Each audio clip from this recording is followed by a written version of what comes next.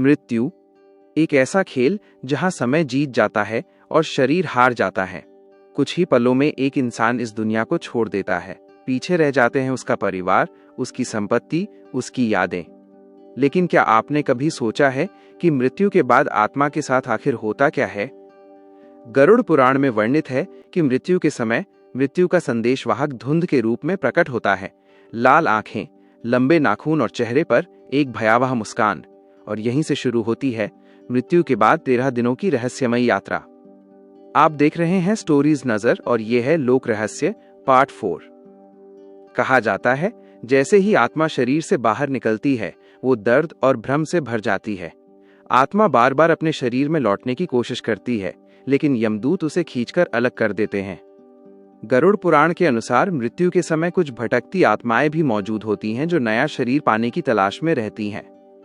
इसीलिए मृत्यु के तुरंत बाद कुछ विशेष संस्कार किए जाते हैं।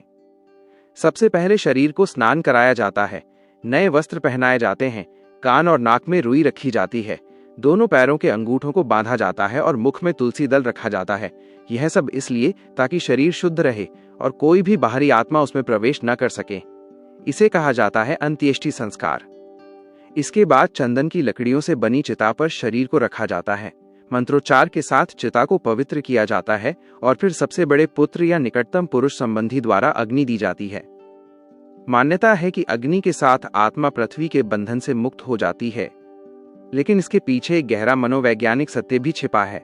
जब कोई अपना मरता है तो परिवार का मन ये मानने को तैयार नहीं होता कि वो हमेशा के लिए चला गया है। शरीर का अग्नि में विलीन होना परिवार को ये स्वीकार करने में मदद करता है कि अब वापसी की कोई आशा नहीं है। इसके बाद आत्मा की यात्रा शुरू होती है यमलोक की ओर।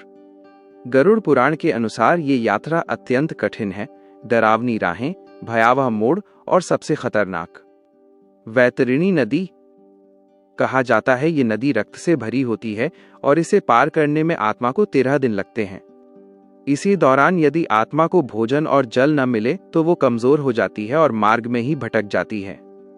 इसीलिए धरती पर पिंडदान और जलदान किए जाते हैं। गरुड़ पुराण बताता है कि यमलोक की राह में 16 नगर आते हैं।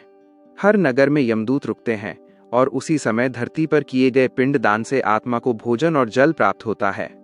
इसी कारण 13 दिनों तक परिवार एक साथ रहता है, साथ भोजन करता है, यादें साझा करता है। ये संस्कार सिर्फ आत्मा के लिए नहीं बल्कि जीवित लोगों के लिए भी एक सहारा बनता है। महाभारत से जुड़ी एक कथा भी यही सिखाती है। राजा सगर के 60,000 पुत्र असमय मृत्यु को प्राप्त हुए। कपिल मुनि के श्राप से उनकी आत्माएं भटकने लगीं। जब उनकी अस्थियां गंगा में प्रवाहित की गईं तो उन्हें मोक्ष प्राप्त हुआ। इसीलिए आज भी हम अपने प्रियजनों की अस्थियां गंगा में विसर्जित करते हैं। ये सभी संस्कार आत्मा को शांति देने के साथ साथ परिवार को अंतिम विदाई का अवसर देते हैं। सिर मुंडन, 13 दिन का शोक और सामाजिक सहभागिता, ये सब एक बड़े परिवर्तन को स्वीकार करने की प्रक्रिया है। यह हमें सिखाता है कि मृत्यु अंत नहीं बल्कि एक नई यात्रा की शुरुआत है, पृथ्वी से यमलोक तक, और फिर या तो मोक्ष या नया जन्म। मृत्यु हम सबको अलग अलग तरीके से तोड़ती है, लेकिन यही संस्कार हमें फिर से जोड़ते हैं। आप इस रहस्य के बारे में क्या सोचते हैं? कमेंट में जरूर बताइए। अगर आपने लोक रहस्य सीरीज के पहले पार्ट्स अब तक नहीं देखे हैं तो अभी स्टोरीज नजर चैनल पर जाकर जरूर देखिए।